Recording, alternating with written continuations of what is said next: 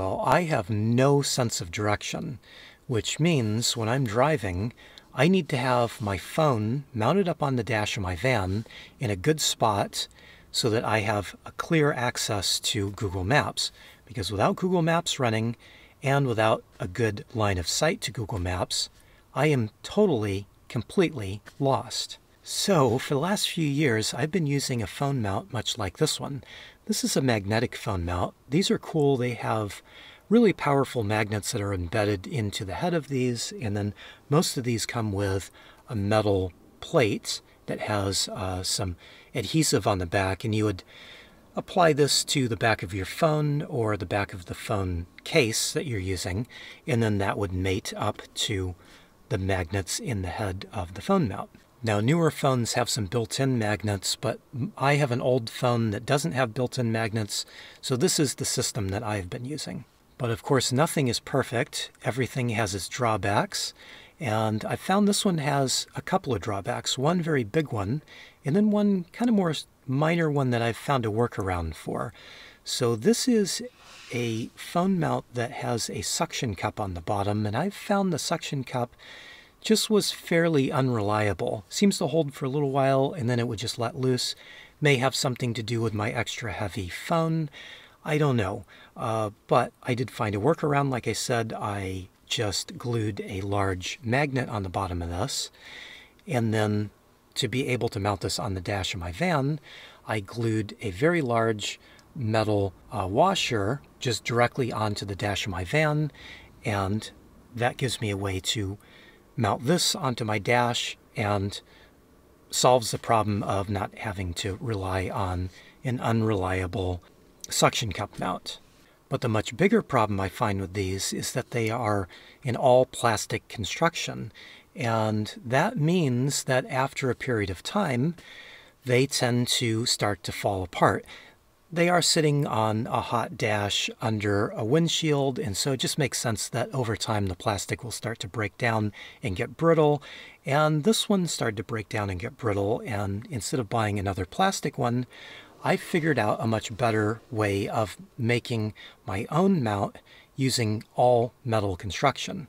And this new mount has been working out so well, I want to make a second one so that I have one to use back here and retire this rather old and brittle plastic phone mount before it actually breaks.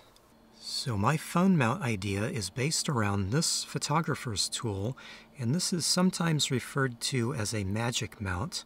I bought this off of Amazon.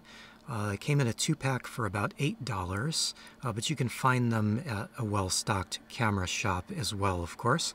And this is nothing more than a clamp that holds down 2 ball joints that have 1/4-20 threads on either side. Now, a 1/4-20 thread is one of 2 common sizes for photography equipment. So most cameras would have a 1/4-20 thread on them, and most tripods would. So we're going to utilize those threads to make up our own mount.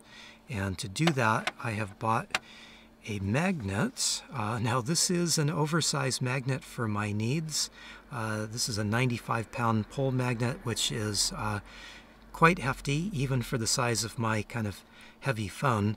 But I bought this because of the price. It was less than $5 at a Harbor Freight. You can also find magnets like this from Home Depot or other hardware stores. Now, to connect the magic mount with the magnet, I just went to the hardware store and bought a lock nut. And there are several different types of lock nuts that you'll find at the hardware store. I went with this one because it has a nice narrow profile, which I think will work well with the magnet. And we want a 1/4-20 thread, and this is a 1/4-20 coarse thread. There are 2 types of 1/4-20 threads. There's a fine and a coarse, but when we're talking about photography equipment, it's always coarse thread. So this 1/4-20 coarse will match up perfectly with the 1/4-20 threads on the magic mount. Now, for some added security, I'm going to use some thread lock to put these together. Now, if you don't have thread lock, you can use just a drop or 2 of super glue, and that'll work just as well. Now these larger magnets like the one I have here already have a 1/4-inch hole drilled through them. If you buy a smaller magnet, it will likely have a smaller hole, but you can just take a drill and drill it out to be big enough to accept the thread size here on the Magic Mount.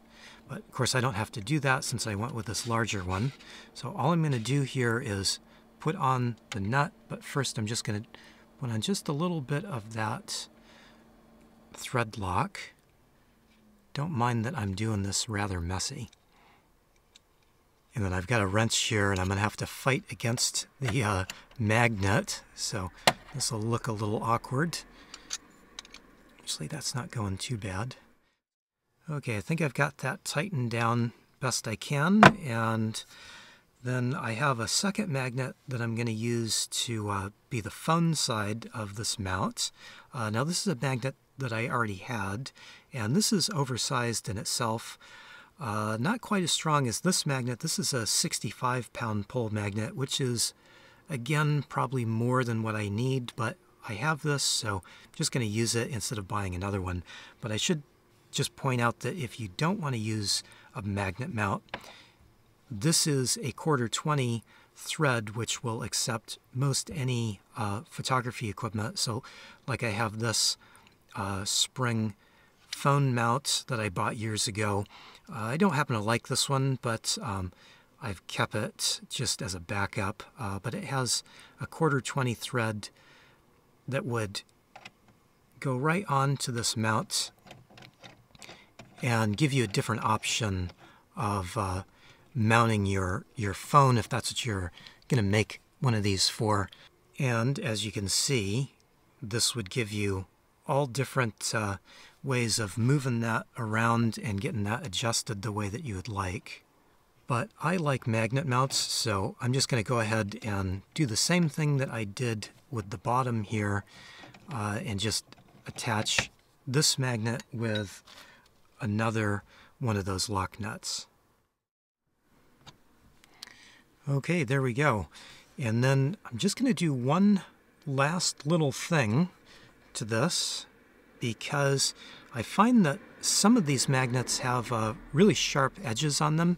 Now, this magnet doesn't have too sharp of an edge, but this one on the bottom does. A little cheaper magnet because I bought it at Harbor Freight.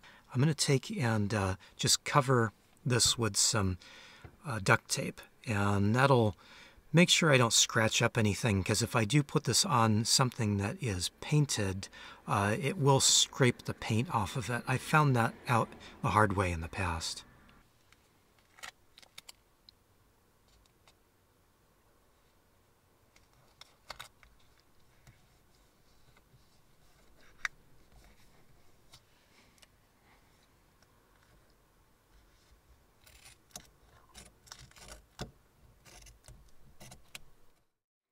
Well, there we have it. Just took me a couple of minutes to put this together, and cost-wise, it was about $20. I did have one expensive item on here, and that's this $10 magnet that I bought at Home Depot. Probably should have just bought two of these $5 ones, but I did already have this more expensive magnet on hand. But still, about 20 bucks for this. Interestingly, that is less than I spent on this all plastic one, and I do believe that this is going to outlast this plastic one. So I can now retire this brittle plastic phone holder and have a maybe much more beefy one than I need, but at least I know this one's going to last. So hope you found this helpful, and as always, thanks for watching. I really appreciate it.